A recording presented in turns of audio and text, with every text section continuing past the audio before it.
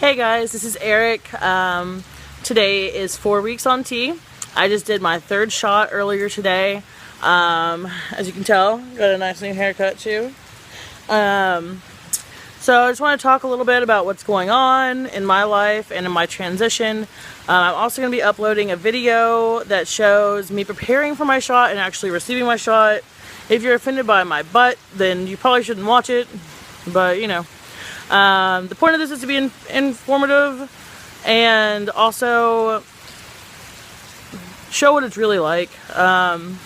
Because I know that when I started T, I was really concerned about like how it was going to be, the pain associated, giving myself shots, which I don't do them myself. I have someone do them for me, but I don't go to my doctor's office every time because that's just not something that's in my budget personally. I came to the park to do my video and it's now raining, so that's fun and exciting. I'm in a gazebo. So basically the last 4 weeks, there's been a lot of changes. First of all, my self-confidence has like gone up a lot. Like I wear tanks, fully aware that you can see my binder, and sometimes my cleavage. It's just gonna happen. I'm a larger chested guy. And there's really no way around that for me. I use the GC2B black compression binder. I have used underworks. I don't like underworks. They're meant for men that have gynecomastia. They're not like designed for trans men in mind, even though they have FTMbinders.com or whatever. I find they didn't provide a very good fit because they weren't designed for that. If it's your only option, it's not a horrible option, but I would look into doing a GC2B binder. For me, I was a 44 triple D. This is the 3XL binder in black. I have had to make a, make a correction to it, just because wearing it day in and day out like I do, I definitely wear it over 8 hours per day, usually from when I wake up to when I go to bed. So it goes through a lot, especially with me being chestier, like I said. But aside from my self-confidence, I have started shaving because I'm getting this like peach fuzz on the side of my face. And I kind of want to wait until it comes in a bit more evenly before I start letting it grow. Because I do want to have like an actual beard, but I don't want to have spots of splotchy hair. That's just me. A lot of people let it grow. As you can see, acne still in full force. Not really fond of that part of the side effects. But you know, it's all comes with the good and the bad, I guess. Still increased sensitivity, you know, in my junk. Increased body hair overall. Increase of smell. Have definitely noticed a difference in the way that I smell. My cat has too. My cat's not a fan. So if you have animals, be prepared for the fact that your cat or dog is going to be like, what is going on here? Voice changes. I'm a vocalist in a band, and I've noticed that my upper register is just gone. But I am starting to get the lower register, which is nice. It's an adjustment. So if you sing or like to sing, turn your radio on, sing with whatever's on, find where your range is, because it's going to be changing, and I think it'll be easier in the long run if I work it down than if I just kind of hang out and let it do its thing and then jump back into it. The other thing I've noticed is I'm sleeping better, and I have more energy when I'm awake. Once again, as I mentioned in previous videos, my T level prior to being on testosterone therapy was 1. And so I had incredibly low T, and I was having, like, I was really tired, I was anemic, and so for me, T can actually solve a lot of those problems. T is not for everybody, just because, like, if you already have, like, polycythemia, you have a high red blood cell count, you don't need to have your blood thickened, and there's a lot of stuff going around to buy T off market, off label. I don't suggest doing that.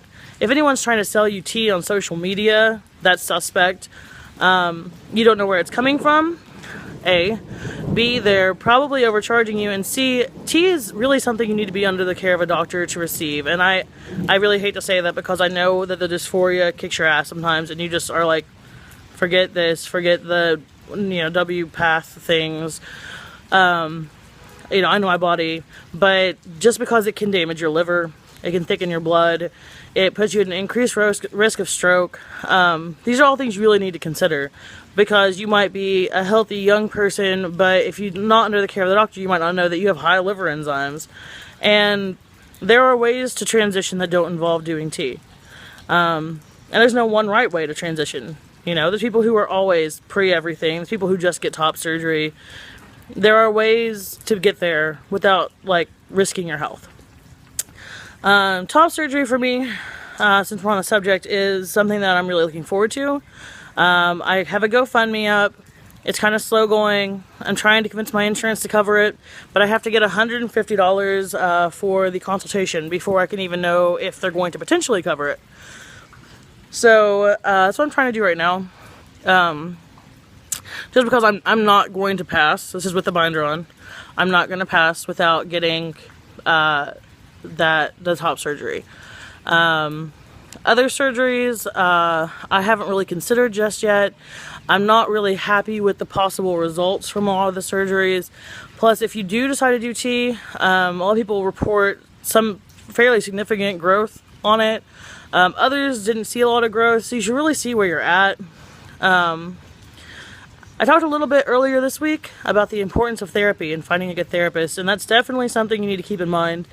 My therapist actually has agreed to do a video for this channel to talk about the importance of therapy and gender identity disorder, and with transition in general, and how transition can affect your life.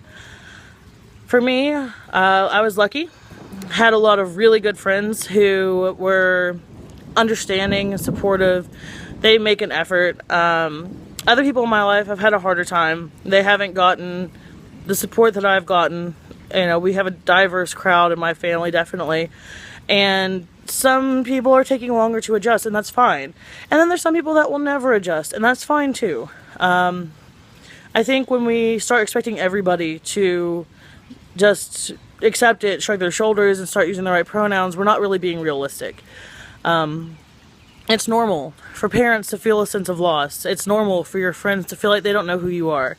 You know, and that's something that you have to work through and show them, because I know, personally, I'm a completely different person now than I was 4 weeks ago.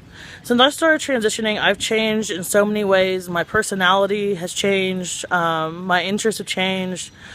I'm doing a lot better overall, but I'm not the same person I was. And that's okay. You know, that's kind of the point. When you go through a transition, especially if you're on hormones, you go through puberty again, and you start to find who you really are. Instead of just this person who's been, you know, angry and dysphoric and sad and stuck in the wrong body, you start to really find who you are. And so I think therapy has definitely helped me.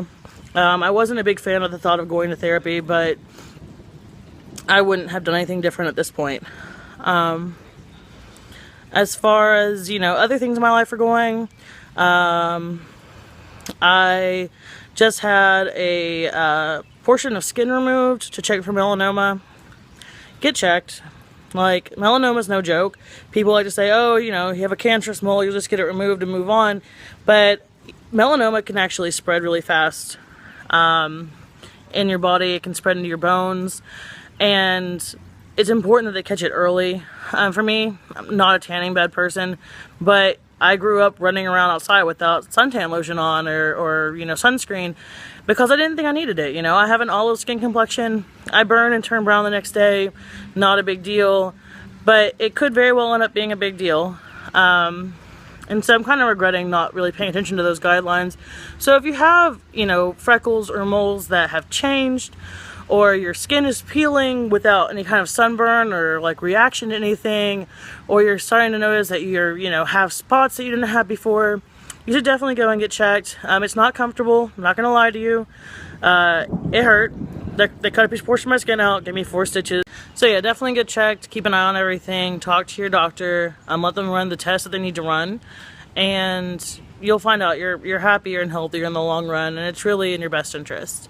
So I'll see you guys later this week. I'm going to be doing a video on the nonprofit organization that I'm working on and my plans for the future. Have a great day.